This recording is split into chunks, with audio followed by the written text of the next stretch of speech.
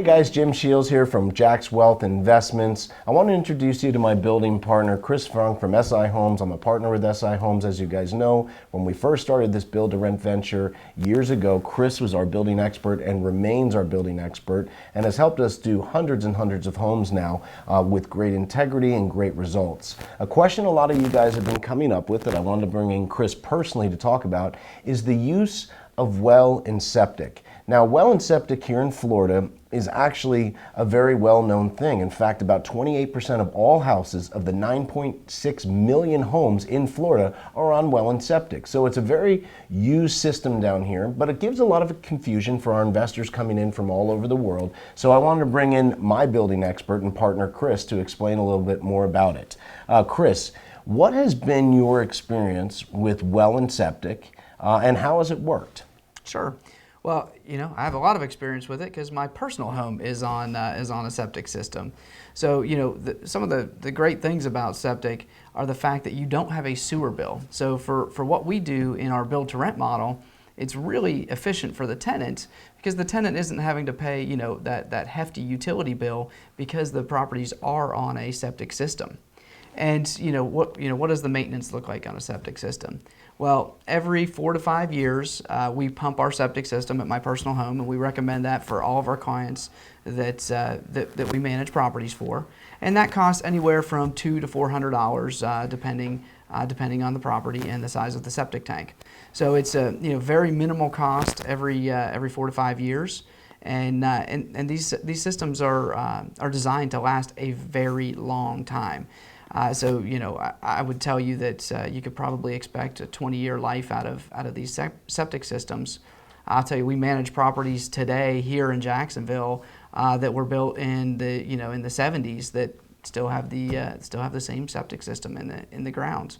And today, septic systems are designed so much better, particularly the drain fields are designed so much better and so much larger than they ever were in the past, that they really function incredibly well, very low maintenance. Same with my personal residence, except for that once every 4 to 5 years, hardly have to think about it. Yeah, and Chris, why do we actually use septic and well here in Florida? What is the building setup? Why do we actually do that instead of city water and sewer? Sure. So in Florida, like Jim mentioned, approximately a third of the homes in Florida are on septic. And really that's because a lot of areas in Florida when they were originally developed did not bring sewer services into those locations. So, or water service for a lot of that, for that most part. So a lot of these subdivisions were developed where they just put roads in and they were always intended to be on well and septic.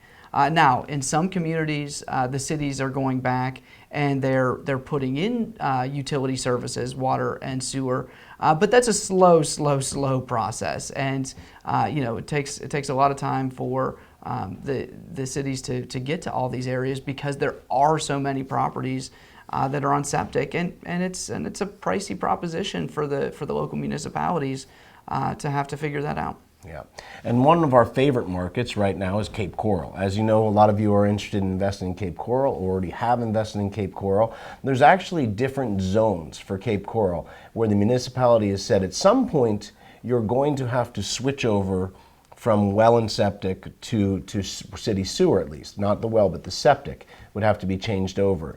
What Chris taught me when we went into Cape Coral, there is different arrangements of timing. So when we go in to build a new property in an area like Cape Coral, it's important to know that when we're putting in well and septic, we're going into areas where on the timetable, they're 20 years plus out on the building of actually wanting to switch it over. Do you want to talk a little bit about that? Sure. So Cape Coral is actually, I believe right now, the only municipality that we're working in where they have a sewer expansion plan that's been outlined, and basically there's anywhere from 1 year to 20 years out is where they plan to expand the sewer all the way across Cape Coral, and so the properties that are in that 1 to 10 year range, those are properties where we're either not buying the lot Or if it's within the 1 year range, we might buy the lot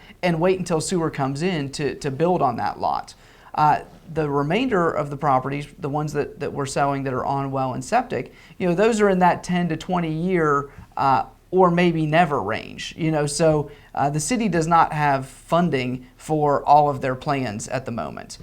So that they're waiting to get site contract bids. They're waiting to get the approval to move forward with all of these projects. So some of these may or may not ever happen. But you say, okay, well, what's going to happen 10, 20 years down the road when they come through? Well, when they come through and they do put in those utilities, you have the option that you could either pay for those utilities right then, or you just let them add a little bit to your tax bill every single year, and they finance the whole thing, and you just abandon your septic system. So in either event, you can decide to pay then or pay over time. And most people in the Cape right now that have been converting over, not our clients, but the general population, most of them are just opting to have it put on their tax bill. It's a nominal amount every year, and then they're on city services. Yeah.